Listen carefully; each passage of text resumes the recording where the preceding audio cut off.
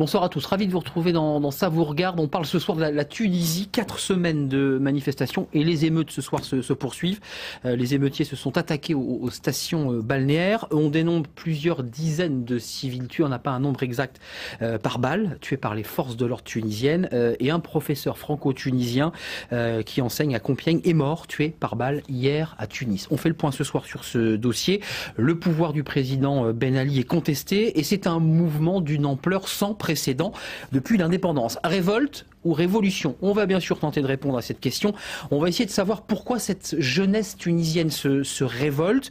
On reviendra sur l'origine. Ce jeune qui s'est immolé dans une ville, Sidi Bouzid, il y a maintenant 4 semaines. Alors est-ce qu'ils sont manipulés par des mouvements islamistes? C'est ce qu'on peut entendre. On fera le point. Évidemment, quel rôle a joué Internet? Quel rôle a joué Wikileaks dans ce mouvement de révolte?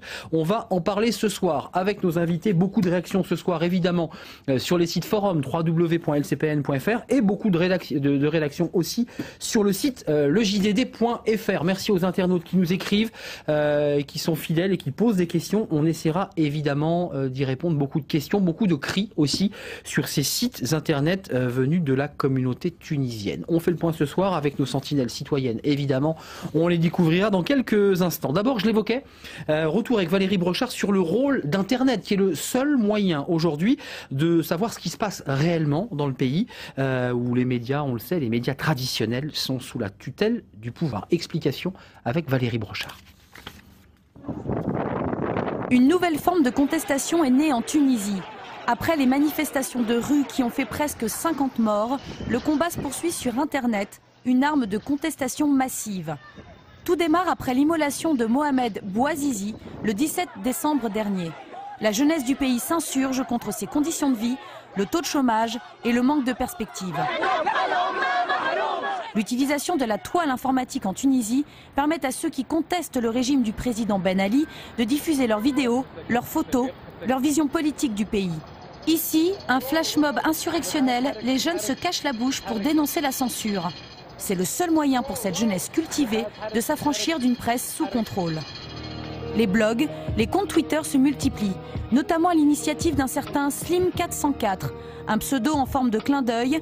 Erreur 404, c'est le message reçu quand une page devient introuvable, donc censurée. Mais attention, le militantisme ici n'est pas virtuel. Ces jeunes chômeurs diplômés en révolte prennent des risques bien réels. Slim404 a été arrêté le 6 janvier par les autorités tunisiennes. En toile de fond musicale pour cette jeunesse en colère, un rappeur, El Général. Le monde découvre peu à peu la réalité quotidienne du peuple tunisien qui défie depuis presque 4 semaines l'autorité du président Ben Ali grâce à la puissance d'Internet. Voilà, on fait le point ce soir sur ce dossier et évidemment très sensible, 4 invités. D'abord Georges Fenech, bonsoir. Bonsoir. Merci d'avoir choisi LCP pour prendre la parole parce qu'on ne nous a pas encore entendu sur ce dossier. Vous êtes né en Tunisie, vous avez un rapport particulier avec ce pays. Je rappelle que vous êtes ancien député UMP, vous êtes aujourd'hui le président de la Miviludes, on ne parlera pas des sectes ce soir sur le plateau.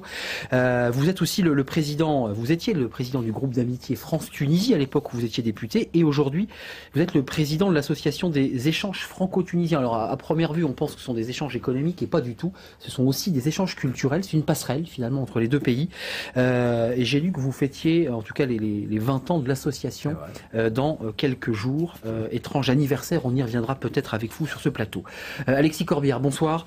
Vous êtes conseiller de Paris, vous êtes secrétaire national du Parti de gauche, premier adjoint au maire dans le 12e arrondissement de Paris. On écoutera la position du Parti de gauche. Merci d'être là sur ce plateau. Et puis avec nous, 2 observateurs, 2 experts à leur manière. Ils ne partagent pas le même point de vue. D'abord, Souher Belhassen, bonsoir. Vous êtes présidente de la FIDH en France, la Fédération internationale des droits de l'homme. Alors j'ai lu en regardant votre bio, vous aviez écrit une biographie du président Bourguiba. Elle avait mis presque 10 ans à être publiée. Ça avait été écrit avec Sophie Bessis. Avec Sophie Bessis, absolument. Ça avait été très compliqué. Vous avez connu l'exil. Vous avez quitté votre pays pendant 5 ans pour les positions que vous aviez prises. Vous êtes journaliste par ailleurs. On écoutera votre regard. J'ai lu que la la FIDH ce soir avait un bilan. Elle parle de 66 morts. On viendra évidemment sur les causes de cette révolte ou de cette révolution. On ne le sait pas. Mezri Haddad, bonsoir. Vous êtes ambassadeur de Tunisie à l'UNESCO. On écoutera évidemment vos arguments. Est-ce que ce soir on peut dire que le pouvoir du président Ben Ali vacille? On vous écoutera. Vous êtes journaliste, philosophe. Vous avez écrit ce livre, c'était en 2002, si je ne me trompe pas. Carthage ne sera pas détruit, édition du Rocher. Où à l'époque vous dénonciez l'opposition.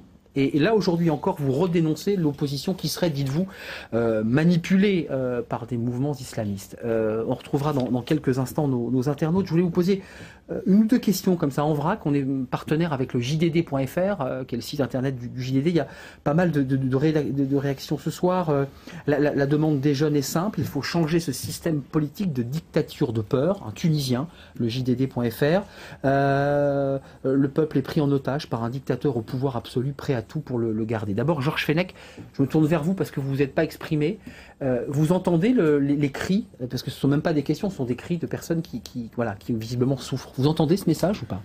Effectivement, je ne souhaitais pas m'exprimer jusqu'à ce que j'accepte votre invitation, parce que je crois d'abord qu'on n'a pas le droit, on n'a pas de leçons à donner, et nous n'avons pas de droit d'ingérence dans les affaires intérieures d'un pays. Mais mon attachement est tel avec ce pays, vous l'avez dit, j'y suis né, j'étais président de ce groupe d'amitié, j'y retourne régulièrement, j'y étais encore il y a 2 mois sur un congrès international sur la jeunesse et les nouveaux repères, c'était un peu prémonitoire, et je me suis dit qu'on n'avait pas le droit de ne pas exprimer, en tout cas, quand on a un tel attachement, une telle légitimité, en ce qui me concerne, sur la souffrance qui est aussi la nôtre aujourd'hui. Tous ceux qui aiment la Tunisie, qui ont un attachement, et la France a des liens tellement privilégiés, on a une histoire tellement commune, qu'il faut absolument parler. On a besoin, moi j'ai ressenti... La France ne parle pas beaucoup d'un point de vue officiel et diplomatique pour l'instant. J'ai ressenti le besoin de parler, et j'ai donc accepté votre invitation. Et encore une fois, ce qui se passe en Tunisie nous interpelle tous, nous sommes extrêmement inquiets. C'est la première fois, à ma connaissance, depuis la dernière émeute de 1984, l'émeute du pain, oui. Qu'il y a un tel mouvement social, une telle crise. Je crois que nous assistons aujourd'hui en Tunisie à un véritable tournant. C'est une révolte ou une révolution? Parce que c'est la question qu'on se posait ce soir. Vous la sentez comment, ces manifestations? Vous avez le sentiment que c'est la fin de quelque chose? On ne peut pas se cacher une réalité. Depuis 4 semaines, c'est le peuple tunisien qui crie. Il y a des cris de désespoir, il y a un malaise, il y a des réponses qui ne sont pas forcément adaptées, c'est le moins qu'on puisse dire, mais en même temps, attention, nous sommes un pays ami de la Tunisie et nous avons salué, moi je le dis depuis très longtemps, l'exemple de la Tunisie, la réussite économique, la parité, les femmes, l'éducation, c'est un modèle dans tout le Maghreb. L'exemple tunisien, nous en étions fiers. Alors, et là, il s'effondre tout d'un coup. Je ne dirais pas effondre, je dis que nous sommes dans un tournant. Il y a un véritable malaise du peuple tunisien et que sans doute il y a des causes réelles, incontestablement, sur lesquelles nous allons revenir. Et c'est là-dessus qu'il va falloir vraiment que le peuple tunisien, que le gouvernement tunisien, que le président tunisien travaille aujourd'hui. Alexis Corbière, j'ai lu que Wikileaks avait joué un rôle. Alors, vrai ou pas, que dans un des telex, on recommandait au président Obama, par exemple, de continuer à critiquer, je cite le telex, à critiquer l'absence de démocratie et le peu de respect sur les droits de l'homme et de dénoncer la corruption. Qu'est-ce que vous dites côté parti de gauche? Qu'est-ce qu'il faut faire ce soir? Il faut rester en retrait, surtout pas, regarder, prendre position? Surtout pas, pour les raisons que M. Fenech disait. La Tunisie est un pays avec les liens sont extrêmement forts. Il y a 300 000 Tunisiens qui vivent en France. 600 000 Tunisiens. Je veux dire par là que c'est pas, on attend souvent à voir, on s'exprime sur beaucoup de pays, et puis là d'un seul coup, dans un pays qui est un pays frère, je veux dire, la Méditerranée n'est pas une frontière, c'est un lien, on le sait, moi je suis originaire du sud de la France, on vit depuis plusieurs générations, en France beaucoup de mariages franco-tunisiens, on a des frères, des sœurs, on voit bien que même dernièrement, un des manifestants qui s'est fait exécuter est franco-tunisien, est enseignant à Compiègne, enfin je veux dire c'est un pays dans lequel on a des liens, donc il faut s'exprimer, et je m'étonne parfois qu'on a tendance à avoir des opinions très très pointues sur bon nombre de pays, et là, un pays dans lequel, me semble-t-il, on devrait dire des choses claires, il y a une certaine, de la part notamment du gouvernement, une absence de parole telle que vous l'avez dit. Moi je partage pas ce ce que dit M. Fenech dans la réussite, ou du moins peut-être qu'il faudrait rentrer plus dans le détail. Je trouve ça même un peu choquant. De quoi parlons-nous? On va parler clairement. La Tunisie, de mon point de vue, est un pays autoritaire, il y a une dictature, ce n'est pas une démocratie, et la réussite prétendue économique, on voit bien de quoi il s'agit. Le peuple tunisien souffre. Moi, je suis frappé par l'exemple de ce jeune étudiant de 21 ans qui s'immole par le feu. Ça rappelle Jan Palach en 1968, le début de la révolte en Tchécoslovaquie. Quelque chose d'extrêmement poignant de voir cette jeunesse qui courageusement se mobilise. La réussite économique qui n'a pas profité à tous. D'un petit pays, 10 millions d'habitants. Certes. Quand vous savez que le PIB, le produit intérieur brut par tête d'habitant en Tunisie, alors que c'est un pays qui n'a pas de ressources énergétiques, est 40% supérieur à celui de l'Égypte ou du Maroc et 20% au-dessus de l'Algérie, quand vous savez que ce pays consacre 7 à 8% de son budget à l'éducation nationale, quand vous savez que ce pays produit 80 000 diplômés des études supérieures par an, c'est ça. D'accord, mais il y a un paradoxe, et je ne veux pas être trop long, mais c'est la répartition des richesses qui est posée. Ce miracle économique d'un pays que l'ONU reconnaît comme un État émergent, aujourd'hui est en train de vaciller, et c'est ça qui nous inquiète. Je vois préparer, regardez vos fiches, vous faites la tournée des plateaux de télévision. Je voulais poser une question très très simple. Est-ce que vous êtes triste ce soir de voir des hommes mourir, qui sont des corélégionnaires, qui sont des Tunisiens? On parle de 66 morts. Est-ce que ce soir vous êtes triste? J'ai toujours pensé, pour l'avoir écrit, que les journalistes confondaient parfois journalisme et délation.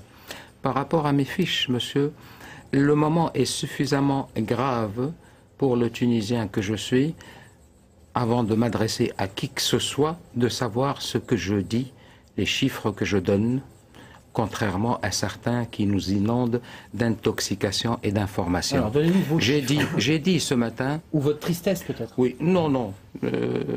Nous sommes sereins, lucides, et nous savons que notre pays ne basculera pas dans la révolution ardemment souhaitée par les fascistes verts et aussi les rouges, n'est-ce pas, pour aller vite. Le responsable du Parti communiste a été arrêté, d'ailleurs. J'ai lu qu'il avait été emprisonné et arrêté. Alors, Parti communiste ouvrier. Ouvrier, absolument. Par rapport, et je saisis aussi le caractère ironique de votre propos. Il ne fallait pas commencer comme ça, parce que moi je réponds au tac, n'est-ce pas? Allez-y, vous êtes là pour si ça. Vous aviez commencé gentiment, j'aurais débattu gentiment. Mais vous commencez par ce propos. Nous ne sommes pas des pestiférés, monsieur. Vous n'êtes pas un juge et je ne suis pas au banc des accusés. Je suis là pour expliquer à l'opinion publique française et répondre à vos questions avec bienveillance et pédagogie si vous me les posez avec tous les égards que vous me devez. Je parlais de votre tristesse, il n'y avait rien d'indécent à vous demander si vous étiez triste. Oui, enfin, vous êtes journaliste, vous n'êtes pas psy. La situation, elle a démarré par une immolation par le feu. C'est tragique. Un jeune bachelier, 21 ans. 21 ans. Je reprends tout le temps et ça me dérange de reprendre ce propos bachelier ou bac plus 4 ou bac plus 6. Diplômé en tout cas. Ou bac plus 6 ou pas diplômé du tout, ce qui est son cas, monsieur, qu'importe. C'est un jeune Tunisien, c'est mon compatriote qui s'est suicidé parce qu'il ne pouvait pas accéder à un droit élémentaire. Voilà de quoi il s'agit, monsieur. Voyez-vous, le reste, c'est de l'intox. Mais ça frappe, ça choque. Et des questions quand même. Le peuple est pris en otage par un dictateur. La demande des jeunes est simple. Il faut changer ce système politique de dictature et de peur. Qu'est-ce que vous répondez? Ce sont des gens qui ont écrit sur Internet. C'est pas moi qui pose la question là. Internet. Alors viendra le temps de la réflexion que le monde doit porter sur Internet et sur cet espace magnifique qui est un espace de liberté et qui renforce les libertés des individus, n'est-ce pas? Viendra le moment de la réflexion, il a déjà commencé. Dans certains pays, dans certains centres, dans certains think tanks, n'est-ce pas? Des philosophes réfléchissent à cet outil extrêmement bénéfique et fortement maléfique, y compris pour les libertés, puisque c'est un espace aussi pour les cyberterroristes, pour les pédophiles, etc. Pour vous, c'est une manipulation. Pour vous, ce qui se passe ce soir sont des gens manipulés. Pour moi, c'est plus qu'une manipulation. Pour moi, monsieur, c'est un coup d'État médiatique. Vous voyez ce que je veux dire? C'est la faute des journalistes. Absolument pas. Je suis et je me considère encore comme appartenant à la corporation. Vous comprenez? Alors, ne dites pas des choses qui ne sont pas vraies. Je suis en train de vous expliquer la genèse des manifestations. Je termine en 2 mots. Ça a commencé par ce drame. Empathie immédiate. Parce que le peuple qui est le mien, monsieur, c'est un peuple qui est ataviquement solidaire et pacifique. Les jeunes se sont sentis touchés eux-mêmes dans leur propre douleur existentielle. Et donc, ils ont sympathisé avec ce... Je ne veux pas l'appeler martyr, monsieur, comme certains manifestants. Martyr, ça renvoie justement à une idéologie que j'exècre. D'autres sont immolés. Que j'exècre et que je combats. Le martyr et la martyrologie n'est pas dans la tradition tunisienne. C'est un suicide. Vous me permettez de poser une question à Souheir Belhassem, juste pour... Comment vous réagissez à ce que dit monsieur l'ambassadeur? Je termine juste en quelques mots. Allez-y. Acte isolé, désespéré, tragique. Manifestation spontanée et pacifiste, et même légitime politiquement. Je ne parle pas de la légitimité constitutionnelle des manifestants. Il y a un problème, en tout cas, vous reconnaissez le problème. Tout est, du point de vue éthique, moral et politique, tout était clair au départ, clair et positif. C'est par la suite, alors ne parlons pas d'aujourd'hui, par la suite que les choses ont pris une dimension devant laquelle l'État doit jouer son rôle, monsieur, comme l'État français en 2005, chez vous, en octobre. L'État doit jouer son rôle. Alexis Corbière. Vous comprenez? Juste vous entendre Souheir Belhassem, parce que ce pays, vous l'aimez aussi beaucoup. Comment vous regardez ce qui se passe ce soir? Je pose une question simple. Révolte, révolution, on a tiré à balles réelles sur des manifestants. Comment vous regardez ce qui se passe ce soir? Je crois que la question aujourd'hui, en tous les cas ce soir, au moment où nous parlons, il se passe des choses très graves. Ce qu'il faut dire, et le dire d'une manière forte, c'est qu'il y a aujourd'hui un massacre de jeunes qui ont vraiment aspiré les slogans, vous les avez entendus comme nous, c'est dignité, travail, liberté. Mais c'est formidable et c'est triste de voir que ces jeunes qui aspirent à quelque chose de fondamental dans l'individu sont massacrés littéralement dans un silence assourdissant de la communauté internationale. Il n'y a que Madame Ashton récemment qui a réagi. La ministre des Affaires étrangères de l'Europe. Écoutez, dans l'Union européenne, moi ce qui me révolte et que je trouve scandaleux, c'est que un peuple est massacré dans le silence total. Ça fait 4 semaines que des Tunisiens tombent et tombent dans le sang. C'est le sang et le feu et personne dans la communauté internationale ne réagit à la hauteur de ce qui se passe aujourd'hui en Tunisie. C'est absolument révoltant. Abdelkarim, juste un mot, je donne la parole à Georges Fenech parce qu'on va essayer de comprendre les causes quand même, les fondements, les sous-bassements qui justifient ces manifestations, qui les expliquent. Abdelkarim, vous êtes devant votre webcam, dites-nous en quelques mots comment vous regardez ce que les images veulent bien nous montrer, c'est-à-dire Internet, quelques images. Et personnellement, moi j'étais vraiment choqué et gêné.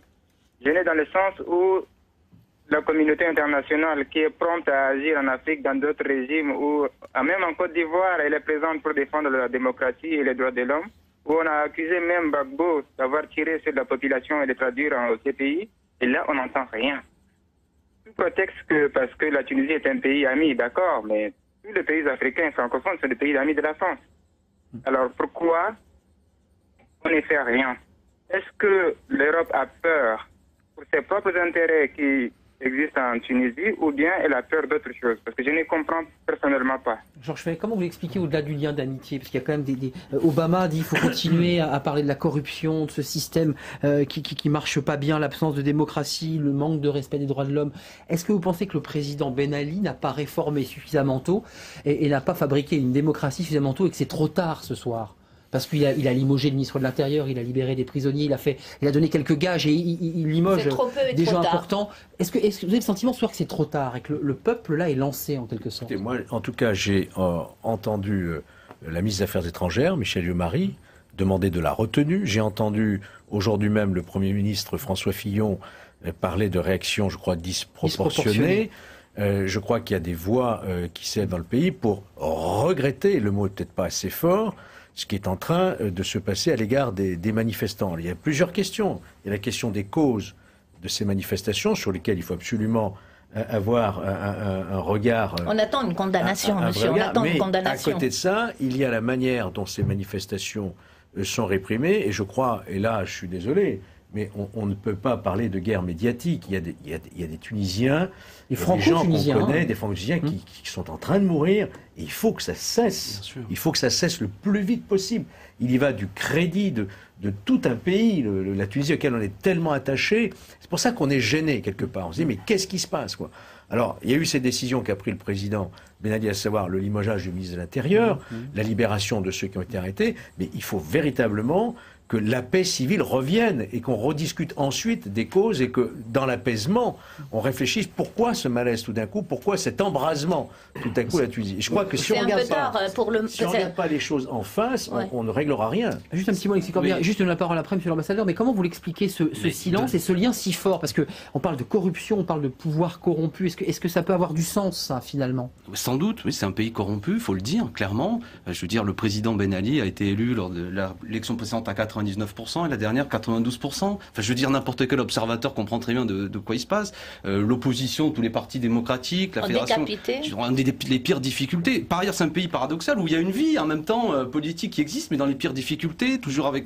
Mais revenons à l'essentiel. De quoi s'agit-il? Vous évoquiez tout à l'heure le fait qu'il y a une réussite économique, mais un problème de la répartition des richesses, qui est une question centrale qui traverse toute la planète. C'est pour ça qu'il y a un caractère universel dans ce qui se passe en Tunisie, au-delà des liens qui nous lient avec nos frères tunisiens. C'est que ce qu'ils exigent, c'est qu'il y ait une répartition des richesses plus juste, que l'inégalité flagrante cesse. Et derrière ce message tunisien, c'est un message qui s'adresse à tout le monde. Et moi, j'ai envie de dire, vous évoquiez Wikileaks, Internet, mais aussi ce qui s'est passé en France dernièrement sur le mouvement sur les retraites. Il y a un lien. Je veux dire, vous savez, les gens observent ce qui se passe. Le mouvement sur les retraites, pas prendre en Angleterre, on voit bien qu'aujourd'hui, la question sociale, répartir les richesses liées à la démocratie, particulièrement en Tunisie. C'est une lame de fond social pour vous. Ben, je l'espère. Moi, je ne sais pas ce que ça a donné. Je ne suis pas aussi fin observateur que nos invités, bien entendu. Je regarde comme tout le monde à travers les médias. Non, mais la Tunisie n'est pas une enclave. Mais j'entends bien. La Tunisie fait partie d'un monde. La crise financière et économique mondiale ne frappe pas que la Tunisie. Elle frappe aussi nos pays européens. Elle a frappé la Grèce, comme vous l'avez vu, l'Irlande, etc. On voit l'Espagne, le Portugal. Donc on est tous frappés de plein fouet par la crise. Vous êtes un démocrate, vous ne pouvez pas justifier. Je vous arrête parce que ne relativisons pas tout de même un régime. Laissez-moi finir. Peut-être que si vous me laissez finir. Je dis la crise économique, elle est à la base, incontestablement, de cette réaction des jeunes en Tunisie, mais ce n'est pas la seule explication. Attention, je crois que c'est là que nous devons absolument avoir un regard lucide sur la manière. Parce que quand vous regardez les autres explications, après, monsieur l'ambassadeur, un mot et je donne la parole. C'est l'absence de liberté. Le fond est essentiellement politique. Voilà 23 ans que c'est le même homme qui dirige ce pays. C'est un régime vieillissant qui n'a plus de projet. Et ce qu'il y a de fondamental dans la réaction que nous avons vue de rue aujourd'hui, c'est cet appel aux libertés, donc le musellement de toute voix contestataire, parce qu'il y aurait pu avoir des relais pour relayer précisément les demandes de tout peuple qui fonctionne normalement. Il n'y a plus de relais, c'est l'explosion.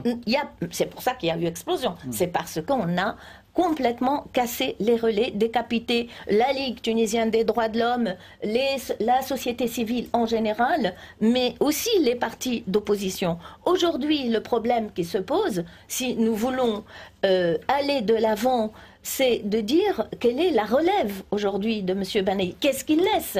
Il laisse, qu'à Dieu ne plaise, j'espère que non, qu'il ne laissera pas un chaos. Parce que ce que nous voyons aujourd'hui, c'est cet élan extraordinaire de la jeunesse. C'est formidable cette créativité. Il y a les morts, il y a les cadavres, mais aussi il y a un formidable élan de jeunes qui sont sur Wikileaks ou ailleurs, on voit leur créativité, on voit leurs moyens d'expression, on voit combien aussi les radios aujourd'hui, les radios Mosaïque ou Shems FM, qui appartient à la fille du président, Aujourd'hui, il y a une liberté d'expression avec le chaos. L'association des journalistes tunisiens, il faut les écouter. C'est quelque chose d'extraordinaire. Le bilan là, que les invités tirent est quand même assez sombre. Est-ce que vous avez le sentiment que le président Ben Ali peut réformer et peut avancer? On a le sentiment que tout est bloqué là ce soir. Que la révolte finalement gagne Tunis, les quartiers, les quartiers touristiques, les zones balnéaires. On a le sentiment qu'il y a un blocage et que c'est presque la fin. Alors si vous permettez, monsieur, je vais revenir d'abord, avant de répondre à cette question, je ne sais pas si c'est à moi que vous l'adressez. Si, c'est à vous. Au propos de Madame Belhassan, que j'ai entendu d'ailleurs avant-hier se lamenter sur la misère des pauvres. La misère des pauvres.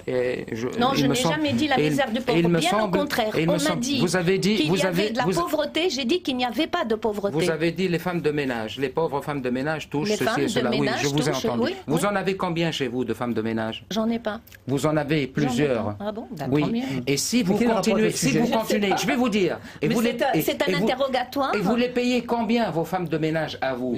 Je suis en train de dire ça pourquoi? Expliquez-nous, parce que là on s'éloigne du débat. Je vais expliquer. Parce que lorsqu'il y a... Je vais vous expliquer. Lorsqu'il y a... Je vais vous montrer le lien. J'espère que vous allez le saisir. Je vais essayer. Lorsqu'il y a anarchie, monsieur, lorsqu'il y a anarchie, il y a haine de classe.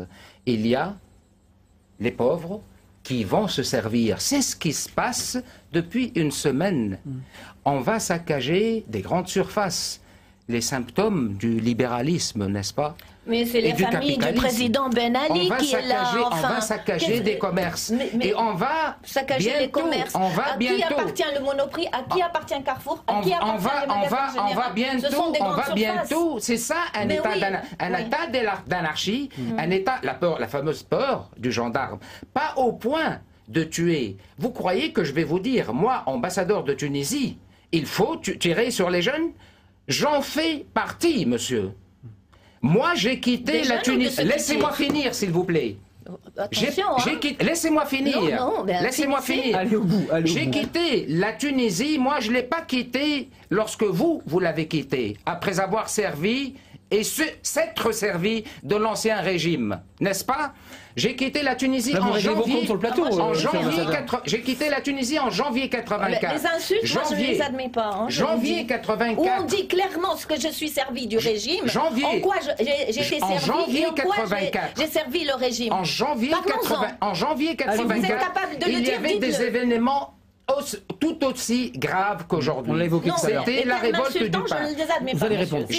Moi, j'ai quitté la Tunisie au moment des révoltes. J'étais tunisien. Je veux vous dire qu'en quittant la Tunisie, je me suis adressé par écrit à un haut responsable à l'époque pour lui dire « Je ne peux pas vivre dans un pays qui tire sur l'avenir. Je n'ai pas d'avenir dans un pays qui tire sur l'avenir. » Et ce soir? Ce soir, je dis la même chose, monsieur. Je vous dis la même chose. Vous êtes démissionnaire. Et je vous regarde les yeux dans les yeux. Regardons-nous. Donc ce soir, vous dénoncez les morts par balle. Ce soir, je dénonce et je m'interroge. Qui tue qui? Vous vous souvenez de cette question qui tue qui? Je m'interroge parce que c'est bizarre. Écoutez, le président limoge un ministre de l'Intérieur. Il nomme un ministre connu de tous. Vous en pensez quoi de M. Fréa, madame? Je ne pense rien, moi. Vous n'en pensez rien? C'est un pion qu'on change. C'est un grand monsieur qui a un parcours plus prestigieux que le vôtre en termes de droits de l'homme. C'est un grand monsieur. Pas d'invective, juste une question. C'est un grand monsieur qui a un parcours de droits de l'homme, qui a un parcours de démocrate authentique et qui est là. C'est contradictoire avec tout ce que vient d'entendre. Non, mais laissez-moi vous dire et interrogez-vous de votre côté, comment un acte fort de limogeage d'un ministre de l'Intérieur, remplacé par l'antipode même de ce ministre, sans effet dans la rue, si je peux me permettre. Et on continue à tirer sur les jeunes. Vous voyez ce que je veux dire? Alors, changer un ministre, moi, je ne... Alexis Corbière comprend pas ce que... Moi, je n'ai pas de réponse à cette question. Vous en avez par Internet et par ce monde virtuel. Moi, je juge selon ce que j'observe. Alexis Corbière, ce que vous faites, c'est relativiser écoutez, vous êtes un connaisseur de la Tunisie, je ne me mettrai pas sur le même plan que vous. Je ne suis jamais allé en Tunisie. Oui. Mais vous êtes en train, par votre questionnement et la façon de relativiser le propos, le fait qu'en quelque sorte vous vous interrogez sur qui tire sur qui. Absolument. Je trouve ça scandaleux. Absolument. Je vous le dis. Il n'y a aucune question, c'est le pouvoir qui tire sur les manifestants. Et j'espère que vous n'aurez pas, je vous invite à avoir le courage d'aller en Tunisie et d'aller dire devant les manifestants qu'en quelque sorte, il n'y aurait pas deux camps clairement identifiés entre un peuple qui subit depuis des années une dictature et un pouvoir militaire aujourd'hui qui tire sur les manifestants. Ce langage de révolutionnaire, monsieur, ne m'impressionne pas. C'est un langage de démocratie. La révolution, faites-la chez vous. Mais il la faut chez nous et en Tunisie. Il la faut chez nous et en Tunisie, monsieur. Et je m'étonne que vous la vouliez pas, mais de toute façon, vous défendez le régime. Je défends l'État de la Tunisie. Un État corrompu, monsieur. Je défends un État, monsieur, et un peuple. Et un peuple. Est-ce que je peux me permettre de poser une question? C'est une question qui est posée par Tunisiens. Les personnes qui s'intéressent au sujet ont signé Tunisiens. Ils n'ont pas dévoilé leur identité. Parce que certains, j'imagine, craignent pour leur personne. La Tunisie est un pays où il n'y a pas de liberté, tout est corrompu. On demande un gouvernement, c'est ce que dit Tunisien, de transition, et écoutez la suite, dirigé par l'armée en attendant une nouvelle élection. Georges Fenech, qu'est-ce que vous pensez de cette phrase? Aujourd'hui, un certain nombre de citoyens tunisiens demandent une transition. Est-ce que ça vous semble être une hypothèse plausible ce soir, vu l'état des manifestations et la manière dont les choses se déroulent? Une transition, vous qui êtes un homme politique qui connaissait ce pays. Moi, je crois que quand il y a, c'est une opinion personnelle, quand il y a une crise de cette importance qu'on ne peut pas nier, où il y a de vraies causes. D'ailleurs, le président Ben Ali lui-même a mis en place une commission pour les problèmes de la corruption. Personne ne commission peut nier, d'enquête, hein. Commission d'enquête. Personne ne peut nier qu'il y a de vrais problèmes de corruption en Tunisie, et ça explique aussi l'exaspération du peuple tunisien qui souffre de la crise économique mondiale, qui frappe aussi la Tunisie malgré ses 5%. De cause endogène aussi, les nôtres. Donc si on continue à nier les problèmes, eh bien, on va aller vers la catastrophe. Donc moi, ce que je crois, que quand une situation aussi grave se produit, il faut permettre au peuple de s'exprimer. Et la meilleure manière de s'exprimer, c'est qu'il y ait une élection, qu'il y ait un vote. Voilà. On en a eu des crises. En mai 68, le général de Gaulle a dissous l'Assemblée nationale. Mais il n'y a pas eu de mort. Et voilà, je crois que c'est une grande différence. Je disais qu'on n'a pas de leçon à donner. Vous-même, dans un éditorial ce matin, Monsieur Haddad, vous disiez dans le Figaro ce matin, vous parliez de démocratie graduelle, je crois. Oui. Vous allez vers la démocratie. La Tunisie s'est dotée d'un certain nombre d'institutions. Mais ça n'est pas injurieux que de vous dire qu'il y a encore une marge de progrès. Bien sûr. Et je crois que le peuple tunisien est tellement élevé, tellement éduqué, tellement instruit aujourd'hui. Sa jeunesse, elle veut parler. Mais j'irai encore plus loin. Le livre que vous avez présenté et que je vais vous laisser, comme ça vous le lirez, ce n'est pas un livre où j'attaque l'opposition, c'est une réflexion philosophique sur l'émergence d'une démocratie responsable et sûre, c'est-à-dire une démocratie qui ne soit pas menacée par le contraire de la démocratie. C'est un ouvrage, c'est un essai politique et philosophique. Mais je vais vous dire, les causes sont doubles. Il y a les causes, la corruption, les causes endogène. La corruption, et bien évidemment qui est un cancer, la corruption. Le chômage des surdiplômés et des diplômés, nous avons 300 000 chômeurs diplômés qui arrivent sur le marché tunisien tous les ans. Vous voyez qu'on revient à la première question. Mais pourquoi nous avons 300 000 Nous avons 300 000, monsieur, parce que nous avons 191 universités dans le territoire tunisien qui n'est pas immense, et nous sommes 10 millions. Alors ne me dites pas, ne jetez pas tout comme ça en disant tout est mauvais, nous c'est la vertu et eux c'est le vice, ou nous c'est le bien et le mal. Ce n'est pas ça, les choses sont plus compliquées. Ça n'est pas pour excuser encore moins justifier quoi que ce soit, mais je crois que nous, Français et Européens, on a aussi notre part de responsabilité. Parce que quand je vois comme c'est difficile aujourd'hui pour un jeune Tunisien diplômé d'obtenir un visa pour venir parfaire des études ou commencer à trouver un travail pour parfaire sa formation. Voire impossible. Quand je vois que l'Union de la Méditerranée n'avance pas comme elle devrait le faire, quand je vois que le statut associé de la Tunisie avec l'Europe n'avance pas non plus, on a une responsabilité, nous Français en premier lieu et Européens. On ne sait pas saisir la difficulté, la gravité de la situation des pays du Maghreb, et on est en train de laisser faire une situation. Donc, je ne sais pas encore une fois pour excuser ce qui se passe actuellement. Je crois qu'il y a un effort. Personne n'excuse. Il y a un effort de démocratie incontestable à faire. Vous avez fait beaucoup de choses. C'est peut-être trop tard, disent certains. Non, c'est pas trop tard. Le peuple tunisien va se ressaisir. Les nihilistes. C'est évident. C'est évident. Juste un petit mot sur la petite phrase, parce que je l'ai vu réagir là, sur ce monsieur qui signe tunisien. Et il dit c'est l'armée qui va prendre le pouvoir et puis ensuite on verra la suite. Comment vous regardez cette réaction? Parce que l'armée... elle est dans les rues, il y a un couvre-feu chaque soir. Oui, l'armée est intervenue malheureusement parce qu'on n'a pas entendu les Tunisiens. Mais ce que nous souhaiterions, c'est qu'il n'y ait pas l'armée et que un des derniers actes de M. Ben Ali, c'est de laisser précisément une succession se faire pacifiquement. Il y a déjà eu assez de morts comme ça pour qu'il comprenne qu'il doit partir. Il doit abandonner le pouvoir. Il doit abandonner le pouvoir et il doit l'abandonner dans une situation qui est déjà pour lui une tâche immense parce qu'on ne lave pas comme ça le sang et surtout de permettre à ce peuple qui s'est montré extraordinaire, qui est un peuple mature, qui a profité effectivement de tout ce... Il y a eu développement pendant des décennies grâce aux différents gouvernements qui se sont succédés, il faut le reconnaître, mais il faut aussi aujourd'hui dire qu'après 23 ans de même régime, de verrouillage, de non-représentativité, il y a aujourd'hui une usure et lassitude chez le peuple tunisien, un trop-plein, et c'est comme ça que les jeunes ont fini par éclater dans la rue. Et méchamment, il faut le dire aujourd'hui. Ce que nous espérons, c'est que vraiment la Tunisie ne puisse pas basculer dans le chaos, que les Tunisiens que nous voyons aujourd'hui, ce peuple, quand je vous dis, il est mature.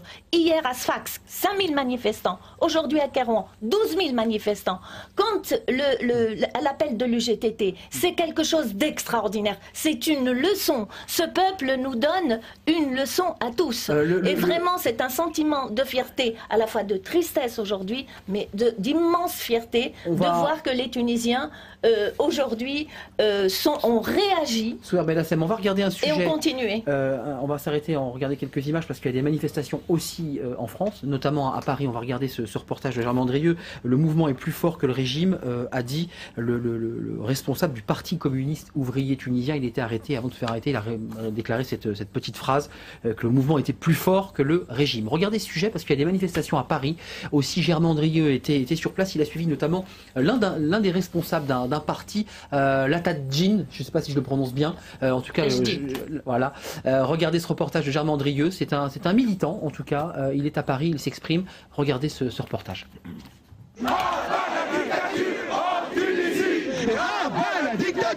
Mardi soir, à côté de l'ambassade de Tunisie, Paris. Peu de médias et près de 200 personnes pour dénoncer la répression du président Ben Ali. Ben Ali, assassin, Sarkozy, complice. Une manifestation très politique organisée en partie par cet homme Mohamed Lagdar El Alla, un opposant au régime en place. Et ce soir, il dénonce surtout le nombre de morts dans les manifestations. Le pouvoir n'a pas le droit de continuer à utiliser la force pour opprimer ces voix qui se sont révoltées contre le chômage, contre le non-respect de leur dignité et de leur liberté. Mohamed Lagdar a quitté la Tunisie depuis plus de 30 ans. Ancien militant de la gauche étudiante, il a refait sa vie en France, mais reste fidèle à son engagement politique. Sahraoui, Mauritanie, Libye. D'accord. Voilà la fraternité maghrébine. Mais parmi les manifestants, surtout de jeunes Tunisiens engagés, en colère et solidaires. On a le droit de s'exprimer, on a le droit de dire ce qu'on veut, on a le droit de critiquer. Au jour d'aujourd'hui, il y a une forte manifestation parce que le peuple, il en a ras-le-bol un petit peu, il exprime son ras-le-bol. On a sacrifié notre liberté pour la sécurité et la sérénité. Mais malheureusement, là, c'est plus le cas, et ce qui explique un peu cette révolte de la jeunesse tunisienne. Alors ce soir, Mohamed Lagdar espère que les choses vont enfin changer en Tunisie. Dès le moment qu'une population n'a plus peur de la mort, des gens meurent et d'autres prennent le relais, ça devient réellement un danger imminent pour tous les pouvoirs. Je ne dis pas que c'est une révolution pour le moment, mais un soulèvement, il peut se transformer en un soulèvement dévastateur. À bas la dictature en Tunisie! À bas la dictature en Tunisie! À bas la dictature! La deuxième casquette de Mohamed Lagdar, c'est le milieu associatif. Il est délégué général de l'Association des Tunisiens en France. Dans ces mêmes locaux, un café social. Ici, une majorité de retraités se retrouvent et surtout suivent quotidiennement les informations depuis le début des affrontements.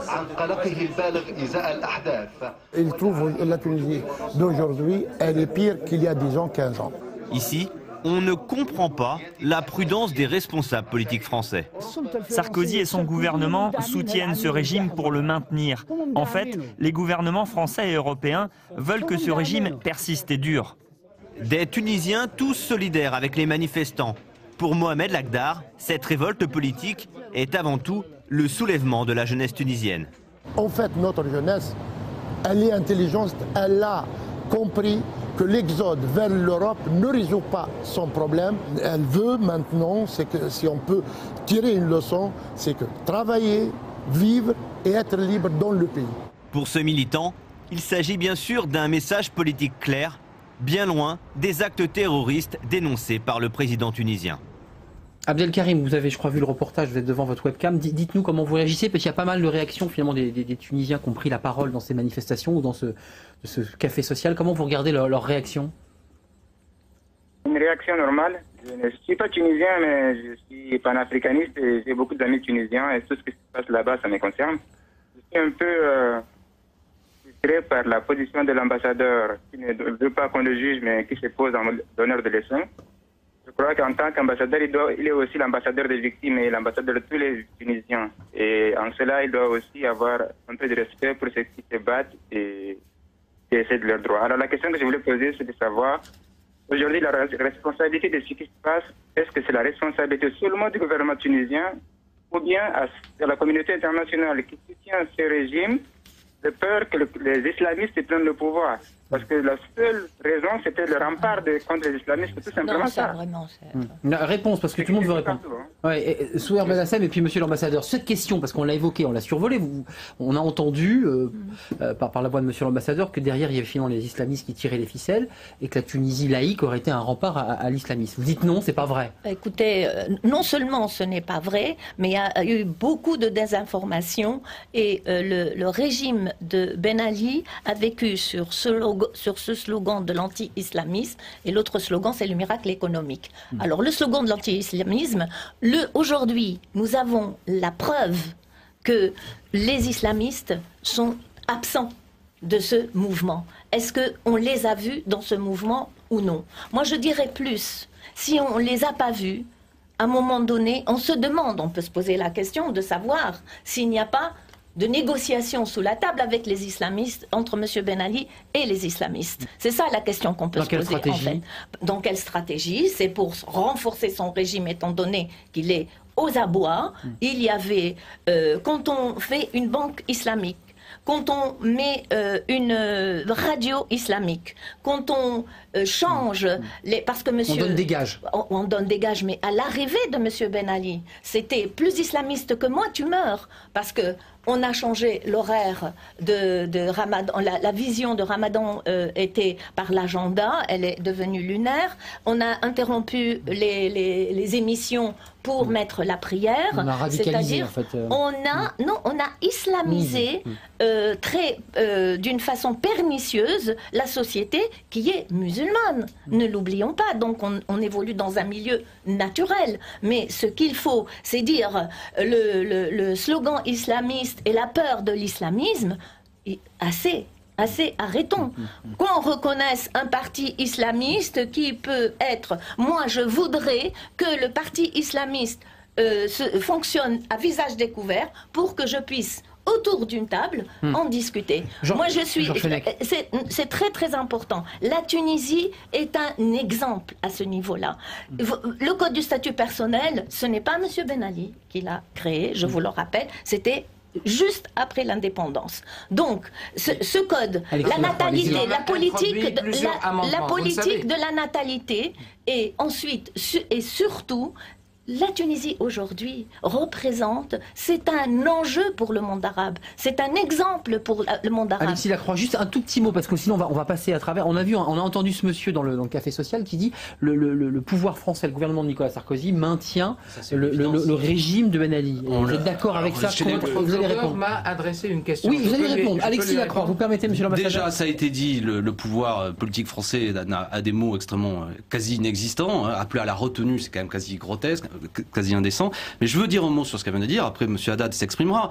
C'est ce qu'il y a, moi je trouve d'intéressant, ce qui se passe en Tunisie. C'est qu'on va nous sortir le diable de confort de la menace islamiste pour quelque sorte dire il ne faut pas que ça bouge, sinon vous allez avoir l'islamisme politique, ce qui n'est pas vrai en Tunisie. Et ça, c'est une formidable nouvelle. Il y a un mouvement laïque et politique. Il y a une vie politique, certes, atrophiée du fait, et ça, c'est intéressant. Et c'est en quelque sorte une remise en cause de cette lecture du choc des civilisations qu'on connaît, qui consiste à dire souvent, vous comprenez le problème des pays, notamment du Maghreb et des pays arabes, ils ne peuvent pas avoir la démocratie, soit parce qu'ils sont culturellement sous-culturés, ils ne peuvent pas, c'est pas des pays de tradition démocratique qu'on nous raconte, ou à l'inverse, si on fait la démocratie, on aura les musulmans politiques. Ça n'est pas le cas en Tunisie. Donc là, il y a un exemple, et ma voisine a raison. Comment vous voyez cette situation? Parce qu'évidemment, il y a une espèce de chantage à l'islamisme, en quelque sorte. Tous ceux qui connaissent un peu la Tunisie, je crois, vous l'avez dit tout à l'heure, vous n'y êtes jamais allé, on le fait le constat tout de suite, et je crois qu'on ne peut pas enlever ça au bénéfice du président Ben Ali d'avoir empêché l'islamisation telle qu'elle s'est produite, je parle de l'islamisme, des intégristes,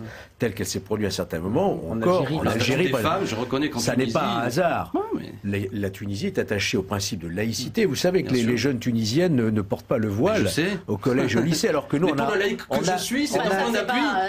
C'est pas l'interdiction, moi je suis pas pour, on est libre de porter ce qu'on veut. Si vous bénéficiez aujourd'hui d'un pays qui est protégé de l'intégrisme religieux, qui sépare l'Église, la religion et de l'État, vous le devez à Bourguiba et vous le devez dans la succession à Ben Ali. Jamais dit le contraire.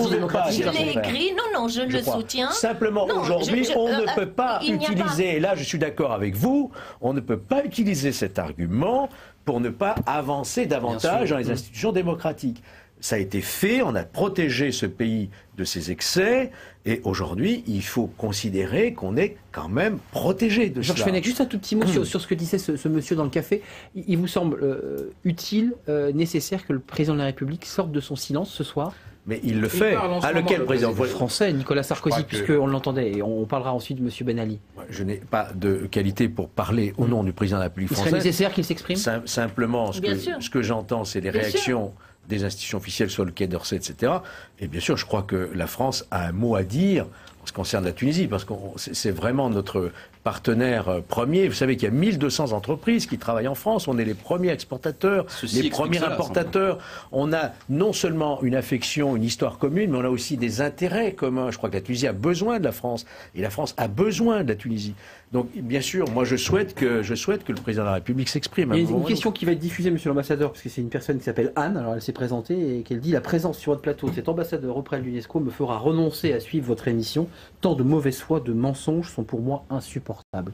Ça vous agace d'entendre ces réactions d'internautes qui aimeraient peut-être plus de sincérité? Non, ça me laisse totalement indifférent. Vraiment, ce que dit cette dame me laisse totalement indifférent par rapport à ce qui se produit dans mon pays et par rapport donc à la situation que connaît la Tunisie. Il reste quelques minutes à la suite, monsieur l'ambassadeur. Elle observe cela comme elle regarderait un film cauchemardesque.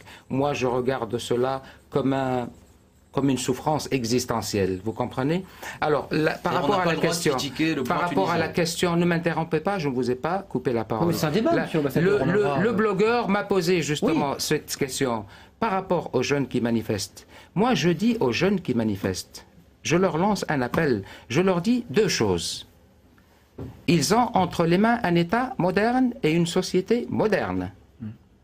Il ne faut pas jouer avec cet acquis précieux que nous devons en effet à Bourguiba et à son successeur. Ne cassez pas les institutions. N'oubliez pas. Mais enfin, pourquoi c'est moi que vous interrompez tout le temps? Laissez-moi finir. Allez-y. Laissez-moi finir. cet épouvantail islamiste, nous l'avons connu en vérité plusieurs fois. La première fois, c'était l'arrivée du président Ben Ali, justement, parce qu'il y avait un coup d'État islamiste. Tout cela, tout cela est connu maintenant. Tous les spécialistes, les historiens le savent. Mais cet argument est suffisant, non, mais laissez-moi finir. C'est suffisant comme argument. Par rapport à l'épouvantail, je vous dis, il y a une chronologie, comme ça, rapidement. 87, Bourguiba était menacé par un coup d'État islamiste. Ben Ali prend le pouvoir. Et ensuite, nous avons eu un attentat à Djerba, signé Al-Qaïda, dans la synagogue de Djerba. C'est un symbole. C'est un symbole pour la Tunisie. Ensuite, je vais rapidement. Il y a 3 ans, à Soliman, un commando armé, n'est-ce pas? C'était un conflit quasiment armé entre un commando armé, n'est-ce pas, qui préparait des actions, et l'armée tunisienne. C'est-à-dire que le président Ben Ali n'arrive pas à lutter contre l'islamisme. Il ne faut pas dire, mais puis, vous pouvez lutter, vous, contre le terrorisme. Le terrorisme vise tous les peuples. Maintenant, l'essentiel. Question d'Alexis Lacroix, Corbière, pardon. L'essentiel est, qu'est-ce qu'on a fait lorsqu'on a mis hors d'état de nuire les islamistes? Ça, je l'exprime dans mon livre, moi, très longuement. Là, à ce moment-là, il aurait fallu, en effet, il aurait fallu, établir ce pourquoi le régime lui-même s'est battu. Monsieur l'ambassadeur, vous comprenez? Je peux vous poser une question simple. J'ai posé la même question à Georges Fenech. Vous êtes tunisien, vous êtes ambassadeur de la Tunisie. Est-ce qu'il faut de nouvelles élections pour remettre le peuple en marche? Est-ce qu'il faut, ce soir, que le président Ben Ali, qui s'exprime pour la 3e fois, je crois, à la télévision, annonce des élections et une dissolution afin de pouvoir répondre à cette attente démocratique? Ou est-ce qu'il faut continuer à tirer sur les manifestants? Écoutez, c'est une décision qui appartient au chef de l'État. Moi, ce que je peux dire... Mais il faut avoir le courage de ses opinions, monsieur l'ambassadeur. Je vais vous la donner, mon opinion, madame la droite de l'homiste. Je vais vous la donner. Qu'est-ce que ça veut dire, ça, droit de l'homme? Ça veut dire que c'est une... Pour les droits de l'homme, vous aussi. Je suis un grand militant des droits de l'homme et j'ai payé le prix. Je fais la différence entre l'idéologie et l'éthique. Votre réponse, parce qu'elle est importante. Vous voyez ce que je veux dire? J'enseigne ça à mes étudiants. Ce que vous voulez dire. Ce que je veux dire. Votre réponse, élection, on remet tout à plat. Ma réponse, et lorsque... écoutez, ma réponse, je vais citer un penseur qui va encore vous révolter, n'est-ce pas? Et vous allez me prendre pour un réactionnaire. Machiavel disait que les princes doivent gouverner, ils peuvent gouverner, soit par la crainte, soit par l'amour. C'est-à-dire par la crainte qu'ils suscitent, ou en gros, soit en se faisant aimer par le peuple, soit en se faisant craindre par le peuple. Moi, qu'est-ce que je dis? Je dis que le président Ben Ali... Le mouvement est plus fort que le régime, dit un militant. Le président Ben Ali, qui a été et qui reste, à mon sens, populaire, quoi que l'on dise. Ce n'est pas aujourd'hui, vous savez, élection ou pas? Ce n'est pas aujourd'hui qu'il va se mettre, lui, à craindre le peuple dont il est issu. Il n'est pas issu de la même classe sociale que la vôtre, madame. Il est issu d'une autre classe sociale, lui, qui est la mienne. Ou pas, monsieur l'ambassadeur? Parce qu'il vous avez fait ma généalogie, un savant comme vous, moi, vous savez, je n'ai pas cette capacité. La décision appartient au chef de l'État. C'est à lui de décider. Ce n'est pas ni à vous, dans cette discussion, totalement discréditer le chef de l'État aujourd'hui. États, monsieur. La Tunisie est un État souverain, vous savez. Monsieur Haddad, vous citiez Machiavel, il disait la meilleure forteresse des tyrans, c'est l'inertie des peuples. Voilà. En Tunisie, le peuple s'est levé aujourd'hui. Et le pouvoir corrompu, qui ne tient que par la force et la peur, doit être balayé. Et je souhaite qu'il soit... Je ne sais pas ce que ça donnera. Je souhaite que par ailleurs, il y a des organisations politiques qui, du fait des difficultés, je ne sais pas si elles sont en capacité de permettre, s'il y avait des élections démocratiques, que nous puissions avoir une assemblée constituante. Je le souhaite et je ne crois pas que l'armée soit la solution. Mais tout de même, vous parlez depuis 10 minutes et vous n'arrivez pas à dire si vous pensez seulement... Et vous viendrez comme observateur pour ces élections. Si vous voulez... Au nom du droit d'ingérence. Au nom du droit d'ingérence. Mais moi, je ne dirige pas le pays, je ne vois pas... Vous mélangez tout et vous êtes d'une arrogance, monsieur Haddad, qui me sidère et qui est à l'image de ce pouvoir. C'est votre Vous mettez 10 arrogance minutes. à vous, Non, monsieur. non, C'est non. votre Je pense que arrogance à partout, vous qui en France comme en m'indispose. Tunisie, et je ne suis pas un relativiste, je suis pour les droits de l'homme universels, et j'ai une opinion sur la Tunisie, et je pense que le peuple doit s'exprimer par des élections libres. Vous parlez depuis 10 minutes et on ne comprend rien à ce que vous dites, on comprend trop que vous ne pouvez même pas dire ça. C'est tout de même affligeant. Constatez-le, monsieur l'ambassadeur. Constatez-le. Vous êtes du côté aujourd'hui dans le pouvoir qui a abattu 66 personnes. Je suis du côté d'un État souverain. Non, mais moi je n'identifie pas le peuple tunisien. Depuis 56. Oui, mais très bien, je n'identifie pas moi le peuple tunisien avec aujourd'hui l'oligarchie autour de Ben Ali et cette famille corrompue. Vous pouvez tout de même le reconnaître. On peut après discuter, comme disait Monsieur Fenech, constater toute une série de choses. Le fait que dans ce pays, notamment le droit des femmes, on peut observer ça, mais n'identifions pas, ne mettons pas un signe égal. Ça sera le dernier Même, mot. je suis sidéré par votre façon de ne même pas avoir une empathie avec votre peuple. La révolution, faites-la chez vous, je le répète. Une révolution Et citoyenne. nous, on vous suivra. Un tout dernier mot, parce que nous entendons, on sait l'attachement pour ce pays. Sans rien dire. En conclusion, l'avenir est sombre ce soir pour vous, là, quand vous regardez l'avenir de la Tunisie, ou vous avez de l'espoir? Non, il y a un espoir. Je suis vraiment très... Je pense à tous mes amis tunisiens en ce moment, et j'y pense depuis un mois. Je pense à des députés que je connais personnellement, à des familles, et je partage leurs souffrances, leurs peines, leur angoisse de demain. Moi, je suis convaincu que le peuple tunisien saura trouver les réponses qu'il faut. Et je pense qu'il faut que le peuple puisse s'exprimer, mais autrement que dans la rue, autrement qu'avec des tirs à balles réelles. Ça, c'est absolument insupportable. Et je crois vraiment, il faut que ça s'arrête, monsieur l'ambassadeur. Nous sommes d'accord. Je crois qu'on est tellement attaché à ce pays, aux Tunisiens, de voir même des enfants et des enfants qui ont été victimes. Donc voilà, nos pensées vont vers eux et vraiment, on attend que la paix et le progrès économique et la démocratie. Merci à vous, Nous sommes d'accord, mais il y en a qui veulent souffler sur les braises. Merci beaucoup, présidente de la FIDH. Débat passionné et passionnant, je l'espère. Fédération internationale des droits de l'homme. Merci Alexis Corbière pour le parti de gauche, adjoint maire dans le 12e arrondissement de Paris. Merci à Georges Fenech parce que c'est la première fois que vous preniez la parole sur ce sujet. C'est un sujet évidemment éminemment sensible et on est au cœur du sujet. On n'en est évidemment pas sorti. Merci à monsieur l'ambassadeur. Je ne sais pas si Anne a regardé l'émission. J'espère qu'elle l'a regardée. Merci monsieur Mezri Haddad d'être venu sur ce plateau, ambassadeur de Tunisie à l'UNESCO. Merci à Abdelkérim, on est très en retard, bonne soirée, je vous retrouve lundi évidemment, on parlera d'un tout autre sujet, la dépendance. On revient en France, s'intéresse à ce dossier sensible, volonté présidentielle, le sujet de la dépendance. Bonne soirée, à bientôt.